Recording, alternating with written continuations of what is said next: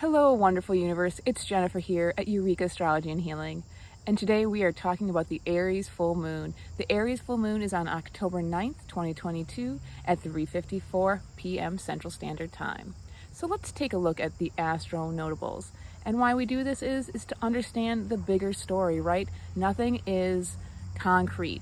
No action is set in one moment in time, and we need to understand all these bigger, broader energies affecting us before, after, during, so you can understand more deeply. And it also shows us what's going on more on a global cosmic scale as well, not just for ourselves.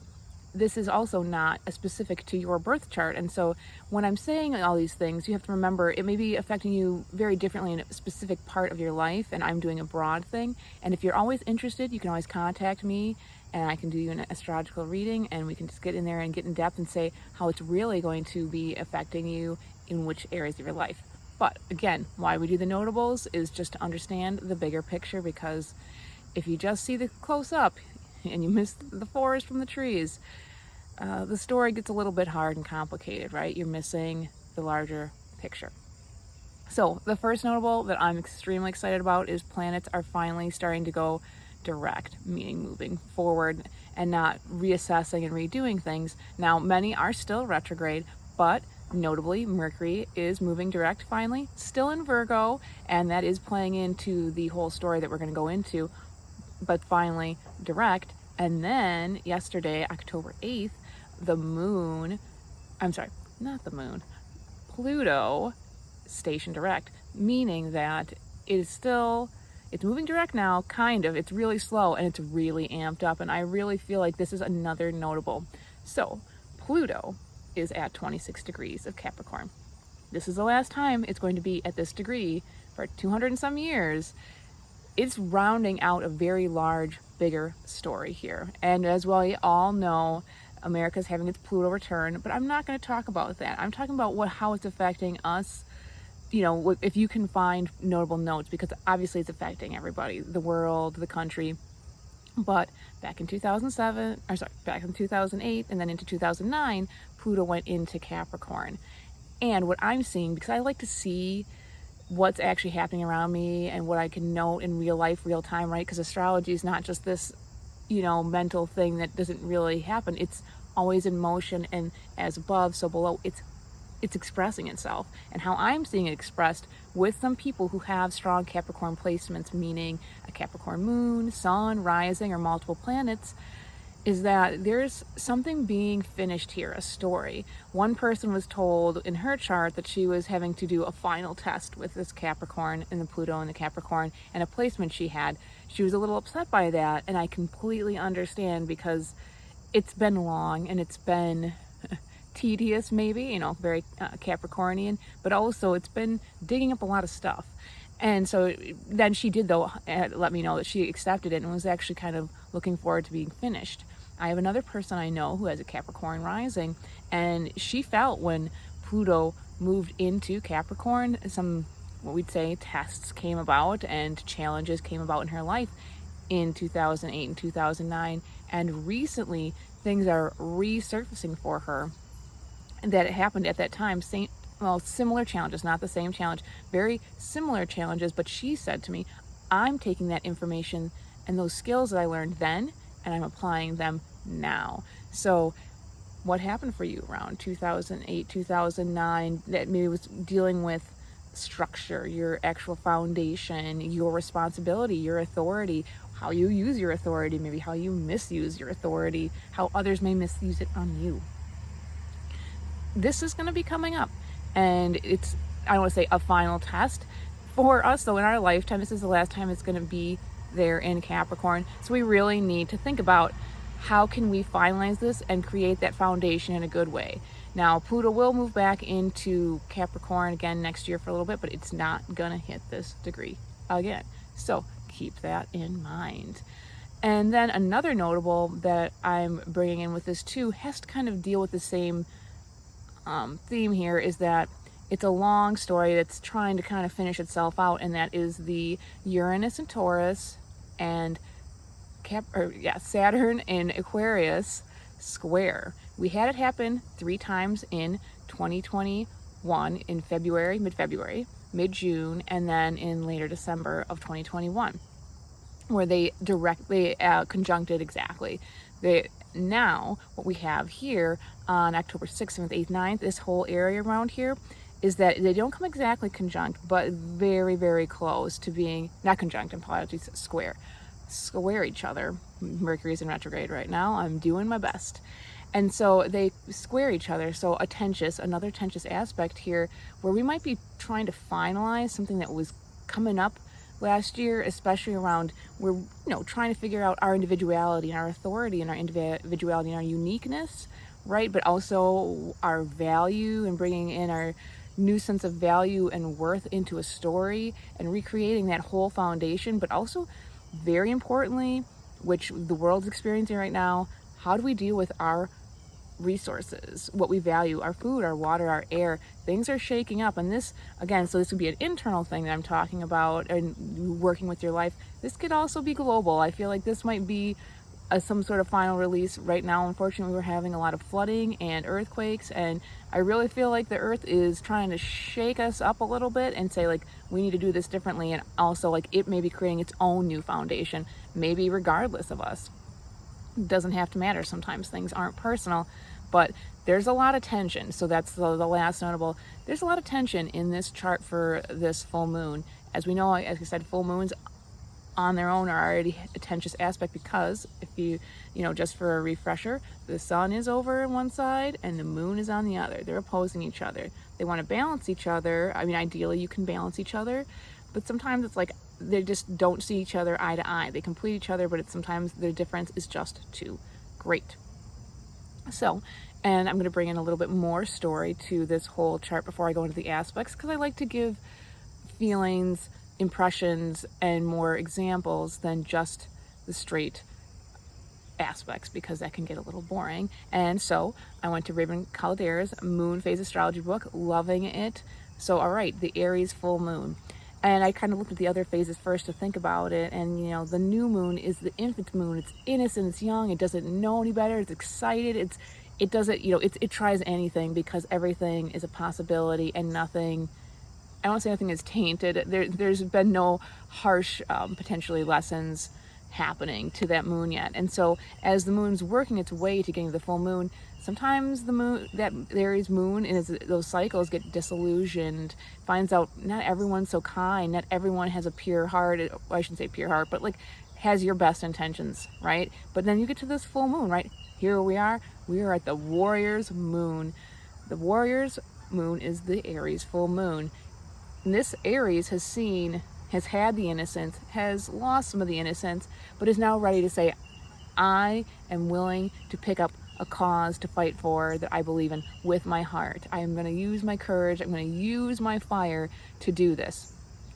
But what does this moon need to do to get there, though, first, right? A true warrior doesn't just stumble into battle full of, anger and rage and all these things. It doesn't, you can, but it's not a really good tactic for self or others. This moon needs to work with some of its inner demons or inner issues. And so what are some of the issues that may be coming up? Impatience. And wrath would be a harsh one, but I liked how Raven Caldeira said, really pent up anger, pettiness, and just, not being able to have inner peace either. Like, I just got to do this, and so we may have to work with this at this full moon, right? Because we're being called to a higher purpose, to have courage, right? Where we may have fear in our life. There may be an area of your life where it's like, I don't know if I can do this. I just don't know if I'm strong enough or smart enough, or I have the resources. I don't know if I should do this. But you have this calling and you're feeling it, and it's calling to your heart, right? It's saying you have to get past that fear, have the courage to get past that fear, because that is what Aries will grant you. You're brave enough to step past that and have faith too. This moon brings in a lot of faith, going, I have, a righteous cause, so to speak. I have the heart, and then have the discipline, right? If you get over those demons, then you work through those demons, and then you also train, practice. You practice and practice again, so that when the battle comes, you are ready and prepared as much as you can be to fight that battle. And you also have the discipline That's the key, really, right? It's not just the muscle memory, it's the discipline to know when to fight, when to strike, and when to not. Is that battle worth fighting for? And you have to remember, because this is a full moon, we have the sun in Libra, which it does not want to fight. Libra does not want to fight at all. And Venus is conjunct the sun, so it's at home, right? In Libra, it wants beauty, it wants comfort, it wants friends, it wants socialization, and it wants balance. It does not want to fight. It wants peace. And so on this moon, we're going to be asked to rise to a challenge, but at the same time, embrace peace. And so it's like, what? And so you may see things come up and you may have to go, this isn't my battle, really. This isn't for me. Or if it is your battle, how can I approach this with a sense of balance and of fairness? And again, trying not to just blow things up as Aries can do, right? And we have an aspect here where Mars is in Gemini. So, right, that moon is answering to Mars. And in Gemini, it's fast talking, and it could be lies. It could be, not maybe even intentional lies, because like, I got all this information and I'm going to tell you all this stuff, but I didn't really fact check anything. And things could be coming in and it's ready and it's hot to go and it's talking. It could be verbally aggressive. And that Venus and the sun is like, whoa, whoa, whoa. We're just trying to like make sure things are fair here. So we're being asked to both step up, and try not to let some of those inner demons, inner workings go, where it's like, oh, well, someone said something bad about me, and I just can't stand for this anymore. I'm breaking off the relationship, right, Libra? I'm breaking away from it. I can't do this anymore. That is a more negative aspect of like how this could express itself. Now, in a positive way, you may see though that like, yeah, I need to have the courage to stand up for myself or another cause, right? It doesn't have to be always for yourself. I'm going to stand up for myself, and I need to separate from this relationship even though I desire it. However, I don't think it has to happen if you can see where the balance can be struck, where that cord can be connected between you and the other. Now, that relationship can be with a person that is a partner, a parent, a boss. It could be many different people, and it really depends on where it is in your chart. But the other thing we have to remember too is Jupiter is also in Aries. It's retrograde, so there's a little bit, it's kind of behind the scenes a little bit in some ways, but expanding the energy in that call. And so this means also too that this could be, where are your inner battles again? We were talking about what are we working on internally, and where can we find peace, and then bring that out into the world in beauty too. So that's another great way you can think about this aspect on this day. And we also have a little bit of things with, we were talking about Pluto earlier. Pluto is harmonizing with some of these energies here. It is harmonizing with actually Jupiter. So it's saying, okay, you are trying to rework your inner foundations, really, like your inner demons, these parts that just need to kind of go. Like, where are you losing your head when you don't need to lose your head? Where are you fighting when you should just not be fighting? This is a waste of energy and also causing issues in your life. It's saying get disciplined and create that foundation. Know where your authority is, express it when it's necessary, and then maybe just keep your mouth shut, or do what you need to do when it's not a part of that.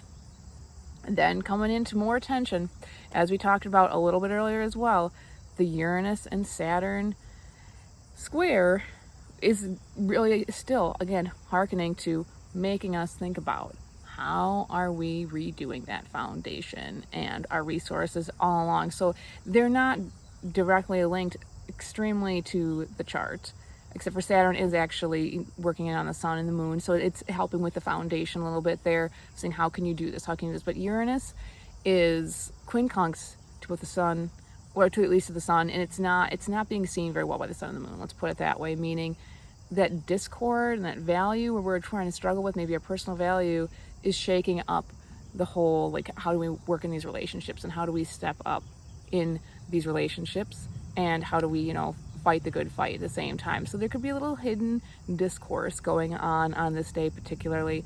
But I did want to say is that with the Mercury going direct, I really actually like it in Virgo. So as we're getting all this information in, right, in Gemini with Mars just going bring it in, and now of course there's going to be a lot of information coming in through the Mercury in Virgo, but utilize the gifts of Virgo, and Virgo can say, this needs to go. This information where you can see potential lies, where you could see potential mistruths, where it's just extra baggage, extra information that you just don't need, right? Sometimes, here's an example. I get like 10 books from the library. I read a few pages of one and the other. Some don't even look good. Did I need to get those 10 books?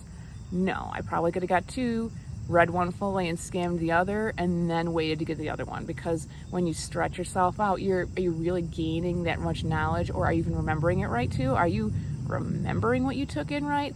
And you have to remember that there's another aspect with Neptune squaring Neptune and Pisces, right? The dream and like just being out there and everything's groovy, squaring Mars and Gemini, which is getting a lot of information. So there could be some disillusionment going on. It could be channeling the dream as well, but it's asking you to go like, are you a little, disillusioned here? Is there some information that you just kind of made up, right? Like it's very creative, right? Is this just something that you kind of remember this way because it seemed good at the time, seemed better than it really was at the time? So that Mercury in Virgo can say, hey, slow down, cut it out. I mean, it still wants to move fast. Like there's going to be probably a lot of mental tension on this day as well. I'm going to be honest, but it's asking you to at least cut it out. Maybe not slow down, but cut out the fluff. It's not going to help you build, right, what you want to build. Or I should say, you're not going to have as good of a structure or a perfected structure with some of the fluff that's in there. And I think with that, really, those are a lot of the strong aspects. And what was the message that I had? Fight for what you believe in, but also know when not to fight. And we're going to be asked a lot to do this. And there goes the siren right there. Sometimes we're called to an emergency, just like a siren. And where in your life may be an emergency happening where you are asked to be courageous. And maybe it's not an emergency. Maybe it's just some silent, gentle inner working that has finally come to the surface. With that, I'm Jennifer at Eureka Astrology and Healing. May the stars guide you and the plants ground you. Ciao for now.